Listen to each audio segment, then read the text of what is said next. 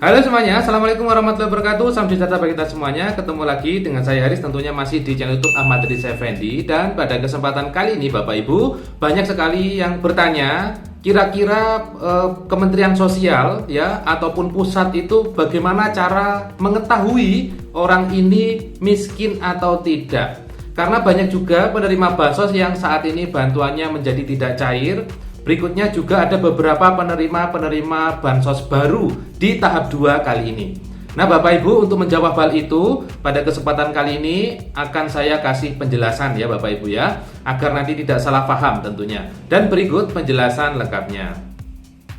Baik Bapak Ibu sekalian, jadi yang tadi saya sampaikan bahwasanya pada pencairan tahap 2 kali ini ya, pencairan tahap 2 yang kemarin sudah dilangsungkan ataupun saat ini masih proses karena ada beberapa kabupaten atau kota yang hingga saat ini bantuannya belum cair ya, seperti di Banyuwangi infonya kan juga belum cair ya sekabupaten. Nah bagi yang sudah cair tentunya kan sudah mengetahui siapa yang cair, siapa yang tidak cair, siapa yang menerima bansos baru dan lain sebagainya. Nah Bapak Ibu mungkin ada yang menanyakan ya terkait bagaimana sih cara kementerian ataupun pusat itu bisa mengetahui kalau orang ini secara ekonomi sudah tidak layak bansos. Oh, orang ini secara ekonomi layak bansos. Oh, orang ini secara ekonomi bisa mendapatkan bansos baru. Nah, itu bagaimana caranya? Nah, Bapak Ibu, sebenarnya untuk menjawab pertanyaan ini sudah pernah saya sampaikan beberapa kali pada video saya sebelumnya. Tapi saya juga memaklumi mungkin dari Anda kemarin tidak sempat untuk menonton video saya. Dan juga mungkin baru bertemu dengan saya di kesempatan kali ini atau ini baru pertama kali Anda bertemu dengan saya, begitu ya. Jadi pada kesempatan kali ini saya akan mengulang infonya dan juga ingin memberikan sosialisasi ataupun penjelasan kepada Anda semua. Kira-kira bagaimana sistem itu bisa mengetahui orang ini sejahtera atau orang ini dalam kategori miskin atau tidak. Begitu ya. Nah Bapak Ibu, sesuai dengan keputusan Presiden ya ataupun Inpres, Instruksi Presiden ya nomor 4 tahun 2025 yang kemarin Inpresnya itu disahkan pada bulan Februari. Jadi Bapak Presiden Prabowo Subianto itu sudah mengeluarkan Inpres di mana beliau menginstruksikan kepada banyak sekali kementerian dan lembaga juga kepada semua di daerah di Indonesia untuk adanya data tunggal. Jadi data tunggal itu maksudnya nanti ada satu data yang menjadi acuan untuk penyaluran berbagai jenis bansos. Jadi bansos itu kan ada banyak Bapak Ibu ya, ada PKH, ada BPNT, ada beras yang dari Badan Pangan itu, ada BLT, kadang juga ada BLT BBM, BLT minyak gitu ya. Ada juga PBI, BPJS Kesehatan gratis, ada juga PIP dan lain sebagainya. Jadi nanti ada beberapa jenis bantuan sosial. Dan juga kadang Bapak Ibu di kabupaten kota setempat itu juga ada bantuan sosial. Mungkin di kabupaten misal Kabupaten Sejahtera gitu ya, di situ ada bantuan khusus dengan anggaran kabupaten gitu ya. Jadi terkait bansos itu ada banyak sekali dan juga nanti penerimanya juga berbeda-beda. Nah, Bapak Presiden itu menghendaki nanti siapa saja yang bisa menerima bansos, baik bansos yang dari desa mungkin ya, bansos dari kabupaten atau kota, bansos dari provinsi, bansos dari kementerian atau pusat, itu menggunakan satu data Bapak Ibu.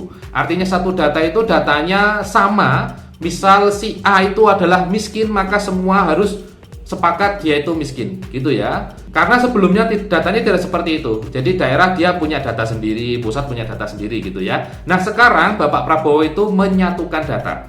Jadi data itu nanti berbasis nomor KK dan nomor KTP. Jadi nanti nomor KK dan KTP kan tidak akan sama ya. Jadi nanti ketika dicek nomor NIK, nomor induk kependudukan itu akan ketemu orangnya di mana, rumahnya di mana, dia punya apa saja. Berikutnya, dari mana sistem bisa tahu kalau Anda itu misal punya sepeda motor 2, ya, misal punya rumah atau misal rumahnya ngontrak, itu dari mana? Nah, Bapak Ibu, jadi data yang diharapkan oleh Bapak Presiden itu sudah dilakukan proses pemadanan dan juga data ini dari data Kementerian Sosial ya, data kependudukan dari Badan Statistik ya, dan juga data kemiskinan atau P3KE itu digabungkan jadi satu.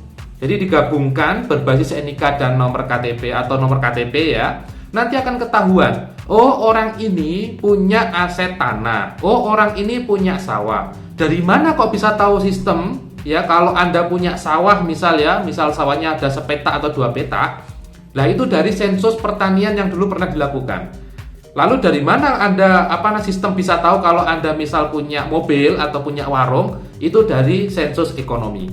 Gitu ya. Dan juga dari mana Anda sistem bisa tahu misal Anda kok punya tanggungan di bank atau beberapa yang belum dibayarkan, ya dari BI checking. Jadi semua digabungkan jadi satu, data itu akan ketahuan. Oh, bapak ini, oh keluarga ini itu punya sekian.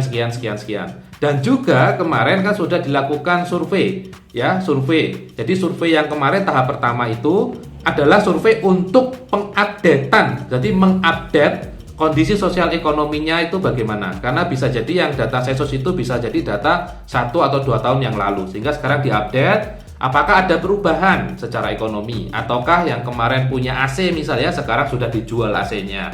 Yang kemarin belum punya sepeda atau sepedanya kemarin 1 di tahun atau 1-2 tahun yang lalu, di tahun ini sudah punya 3 sepeda motor. Nah, itu sekarang sudah dilakukan update. Salah satunya oleh pendamping PKH. Itu sudah ditugaskan Bapak Ibu ya dari Kementerian Sosial dan juga dari Bapak Presiden, ditugaskan untuk melakukan update ya sosial dan ekonomi. Semua data itu digabungkan jadi satu Bapak Ibu, ya jadi satu.